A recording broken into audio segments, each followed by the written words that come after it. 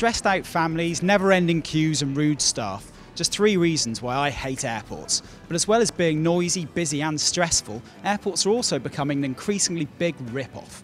Whether it's £5 for a sarnie from the cafe or £2 for a plastic bag to put your toothpaste and shower gel in, it's now essential to keep a few pounds back when you change over your currency for these extortionate expenses. But what's the biggest airport rip-off? Definitely tax. Food, mainly. I think the worst rip-offs are at the bars and cafeterias and restaurants, actually. Getting charged to take a bag, because obviously you're going to take a bag away with you, aren't you? So that's a bit Car parking's very expensive. Most of the people I've spoken to today thought the price of food and drink in the departure lounge was one of the biggest airport rip-offs. But one person did also mention the high cost of airport parking, a price that has been steadily increasing over the last few years. A Which investigation into airport parking found that the priciest car parks were at London airports, while charges at airports in the north of England were the lowest. Heathrow was found to have the most expensive parking in the country, with a charge of £53.95 for 7 days with the provider Purple Parking. That's compared to just £19.84 up in Manchester for the same deal with the same company. A recent charge that's set to infuriate jet-setting smokers in Belfast is the airport's decision to introduce a charge on people wanting to have a cigarette before they board their plane. A recipe for disaster if you ask me. But airports aren't the only places where rip-off charges apply. Budget airlines have been doing it for years. So with all these add-on charges, are budget airlines really a budget option anymore? If you book a long time in advance and you're off-season, even with all the charges, you still end up paying what I consider a reasonable amount for a return fare. I think that in general they are, yeah. I'd like to believe so. They say your flight's low cost, but then they get the money off you somehow else.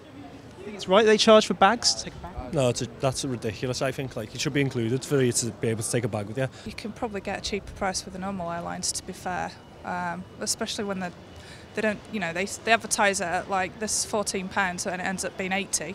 You might as well just go straight to the big airlines and get a discount that way. Fees can quickly inflate budget airline fares to levels equivalent to those charged by more mainstream carriers, especially if you're carrying a lot of luggage. For example, Ryanair charges a £6 administration fee per person per flight, as well as substantial bagging fees ranging from £15 to £45 if booked in advance and online.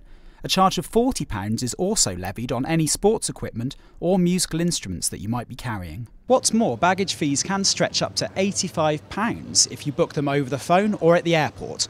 So how can you get round paying these charges? There aren't any ways. Prepaid card. Be very careful when you buy a ticket and read all the information. Yeah. Pick lot.